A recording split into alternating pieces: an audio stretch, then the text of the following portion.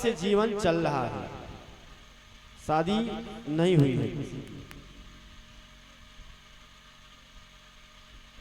और घर में बांटने के लिए बहुत कुछ वस्तु भी नहीं है कि अगर घर में बंटवारा हो जाए तो दोनों भाई आराम से 2 वक्त की रोटी पा जाएंगे। लेकिन दोनों भाई में इतना प्रेम है, मोहल्ले वाले उस प्रेम को देख करके सह नहीं पाए। लोग अपने दुख से दुखी नहीं हैं, लोग दूसरे के सुख को देख करके दुखी हैं कि अगला इतना सुंदर आयोजन, इतनी सुंदर व्यवस्था, इतना सुंदर मकान कैसे बनवा सकता है। मोहल्ले वालों ने कहा, पहले बड़े भाई के पास गए, कहे भैया ये बताओ, ये घर में बंटवारा क्यों नहीं कर लेते? ऐसे काम नहीं चलेगा, कब तक साथ में लेकर के चलोगे? तो बड़ा भाई ने कहा कि मेरे पास है ही क्या कि जो मैं बंटवारा कर लूं। अरे बढ़िया प्रॉपर्टी हो तो आधा बांट लिया जाए, और जो मेरे पास कुछ है ही नहीं, मैं क्या बंटवारा करूं? छोटे भाई के पास आए, छोटे भाई से भी यही बात है। छोटा भाई ने कहा कि मेरे पास कुछ है नहीं तो मैं क्या बंटवारा करूं? ऐसे दोनों में ऐसी शत्रुता हो गई, दोनों घर के बंटवारे के लिए परेशान हो गए। जो परेशान हो गए तो बड़ा भाई ने कहा कि देखो आज मैं घर में बांट करके अलग कर दूंगा। कहा भैया जो आप चाहो कर सकते हो। कहा ठीक है। तो उनके घर में क्या था? एक कंबल था और एक गाय थी, इसके अलावा और कुछ नहीं। तो बड़ा भाई ने कहा कि देखो ये कंबल तुम ले लो, दिन में तुम्हारे पास रहेगा और रात में मेरे पास रहेगा, और गाय का आगे वाला हिस्सा तुम्हारा और पीछे वाला हिस्सा हमारा। ये बड़ा भाई है। गांव के लोगों ने ऐसा पाठ पढ़ाया कि बात बन गई। जब बात बन गई तो बांट ली। अब छोटा भाई दिन भर कंबल लेकर के अपना रखवाली करता था और गाय को खूब खिलाता था। जब शाम को ठंडक लगती थी, कंबल की जरूरत पड़ती थी, तब बड़ा भाई कंबल ओढ़ करके सो जाता है। और जब दूध की बारी आती है तो बाल्टी लेकर के बड़ा भाई पहुंच जाता है। ऐसे ऐसे कुछ दिन बीत गए तो छोटे भाई से गांव वालों ने कहा कि भैया इस तरह काम नहीं चलेगा, आप देख रहे बहुत परेशान लग रहे हो। कहा हाँ। कहा देखो जो कंबल है इसको दिन भर तुम्हारी हिस्सा में है तो इसको पानी में दिन भर भिगा दो और रात को दे दो, ना तुम्हारे काम आएगा ना उनके काम आएगा। और जब ये गाय दुहने जाए तो आगे वाला हिस्सा तुम्हारा है, उठाओ डंडा और बजाओ बाजा। तो ना दूध तुम पाओगे ना दूध वो पाएंगे। कितनी अच्छी सी चल रही थी, लेकिन गांव वालों ने मिलकर के किसी के भाग में कुछ नहीं छोड़ा, ना कंबल छोड़ा ना दूध छोड़ा। इसीलिए मेरा निवेदन है आप सबसे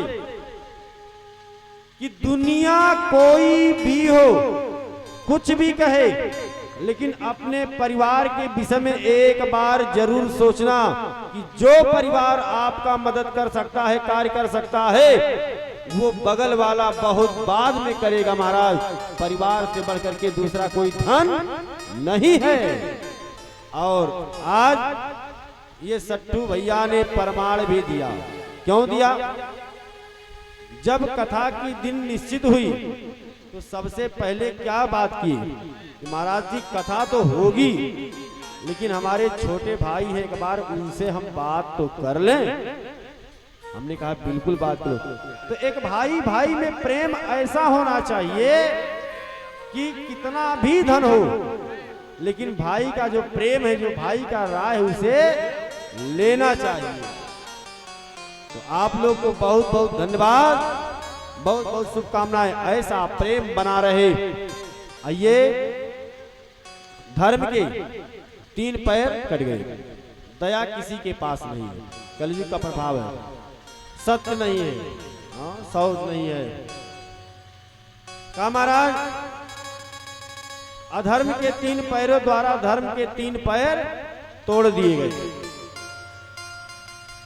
इदानी धर्म पादस्ते सत्यम निवेटयेदतः, या असत्य को, वृद्धि को प्राप्त हुआ कलयुग अब तुम्हारे बचे हुए 1 पैर को भी तोड़ देना चाहता है।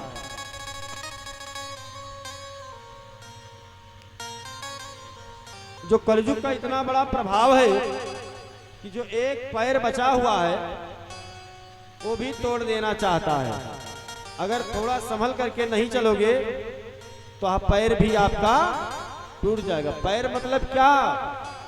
ये जो कथा भागवत कीर्तन करते हो यही, क्योंकि आज के कुछ समय पहले आप लोग कल्पना करो कि कथा के लिए आपको परमिशन लेना पड़ता था बाबा।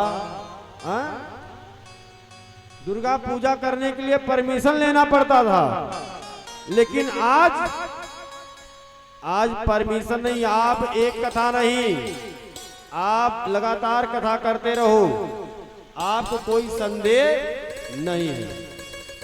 आइए, तो धर्म की स्थापना करने के लिए, धर्म को बचाने के लिए भगवान नाम संकीर्तन, भगवान की सुंदर कथा सुनते रहो। और आगे सूत जी महाराज कहते हैं कि राजा किस प्रकार कहने पर कलयुग कांपता हुआ बोला, यत्र क्वाचरम वचस्याम सार्वभौमं तवाज्ञः, यदि आपकी आज्ञा से जहां कहीं रहूंगा वहां आपका धनुष बाण ये सदा हमेशा दिखाई देगा। इतने में आप भगवान को जब मानोगे, जहां चाहोगे वहां भगवान आपको दिखाई देंगे। लेकिन कब दिखाई देंगे? जब आप श्रद्धा विश्वास के साथ मानोगे, उनका भजन करोगे, तो रात सपने में भगवान दिखाई देंगे। और इसीलिए दिन भर उनका अनुकरण करिए, ध्यान करिए। यो वे द्रोणस्याम विपुलिष्टो न मारुतुरुदरे मृतः। श्री सूत जी महाराज कहते हैं, महाराज इतने में जिनका मन मोह प्राप्त नहीं हुआ, सब प्रकार से विरक्त होकर के श्री सुखदेव जी महाराज के समीप गंगा तट पर बैठे हुए देह का त्याग किया। परीक्षित ने राजकाल में कलयुग प्रवेश किया उन्हीं के, और किंतु अपना सर्वत्र अधिकार ना जमा सका। ये सब पृथ्वी का त्याग किया, क्योंकि सब अधिकार कब होता है? जब सब तरह से मजबूत हो जाओ। अगर कहीं कोई कमी रहेगी तो पूर्ण अधिकार आप नहीं जमा सकते हो। इधर करते महाराज देखते ही देखते आगे बढ़े। एकदा धनुरुदाम्यम विचरन मृगया बने। एक दिन मन में विचार आया राजा की। राजा परीक्षित जी मृगया करने के विचार से धनुष बाण को लेकर के मृग के पीछे पीछे घनघोर वन में जाकर के पहुंच।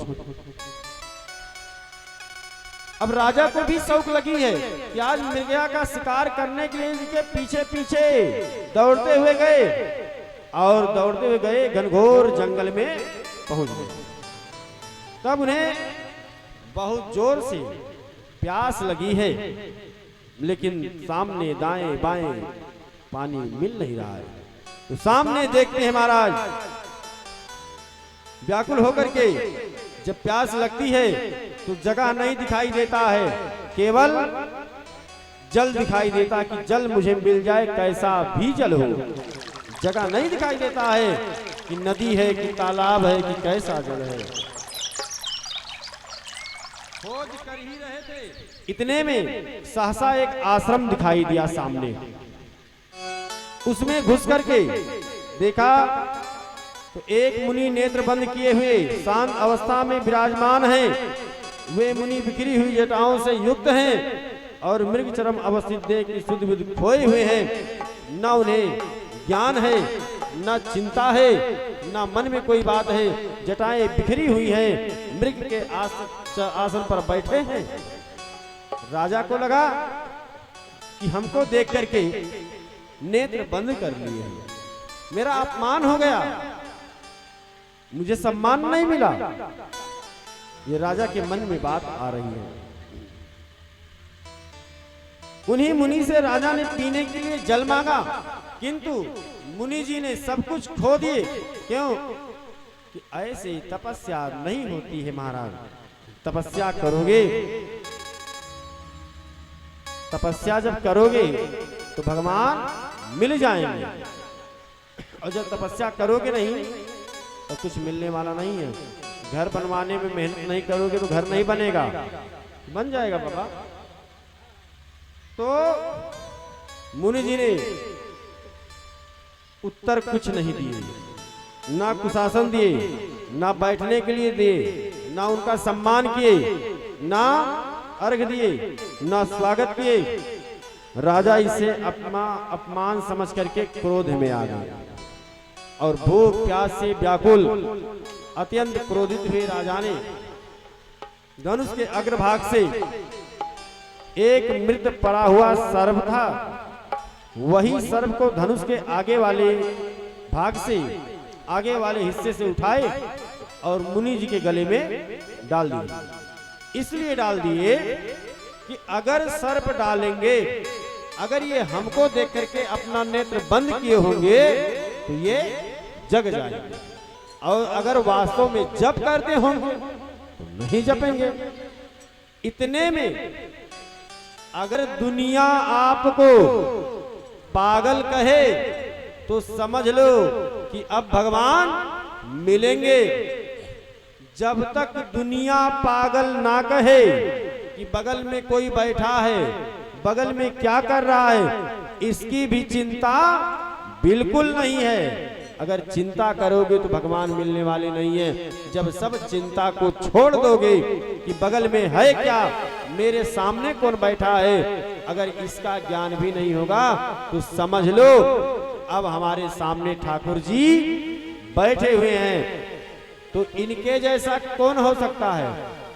मीरा जी को देखिए, दुनिया पागल कहना प्रारंभ कर दी और मीरा जी भगवान के दीवाने हो गए और भगवान मिल भी गए। तो ऐसी दीवानगी करो तो जो भगवान को खुद आना पड़े महाराज, तुम्हें जाने की जरूरत ना पड़े। आइए। श्याम रंग में